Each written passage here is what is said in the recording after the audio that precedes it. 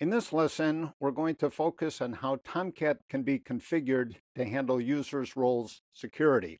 I'm going to build on the previous example, the Predictions to service, which we enabled for wire level security, and I want to draw a comparison. In order to make the Predictions to service available over HTTPS, we had to change something on the Tomcat side. We had to enable it to accept HTTPS connections, and we had to change the deployment file, the web.xml, in the service.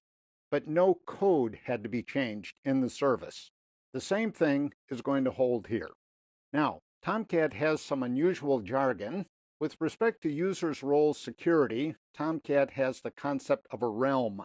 A realm is basically a data store for identities and credentials. So, for example, you might have a database table that contains usernames and passwords, that sort of thing. Tomcat comes with 6 realms already available as plugins. You can create your own.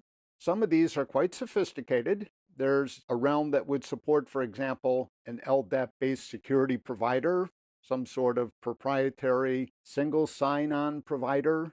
There's a lockout realm that guards against so-called dictionary attacks, where somebody tries repeatedly to guess a password.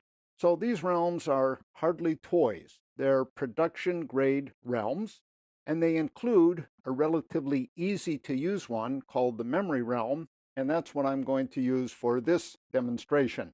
The memory realm has that name because at startup, Tomcat reads the contents of an XML file into memory. So here's the file for Tomcat 8. As you can see in the body of it, everything is commented out. So Tomcat provides this basically for tutorial purposes.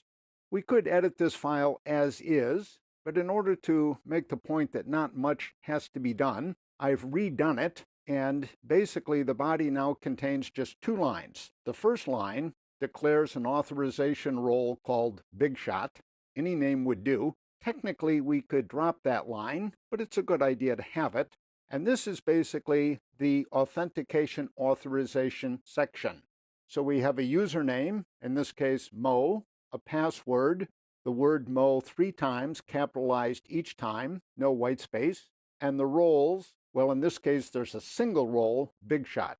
Were there multiple roles, as you can see above, at this line, they would be separated by commas. They could come in any order.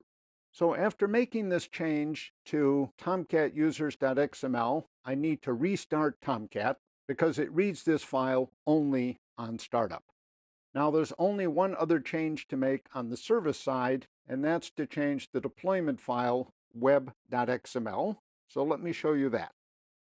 This is an expansion of the earlier web.xml that we looked at for HTTPS. So let me focus on the changes.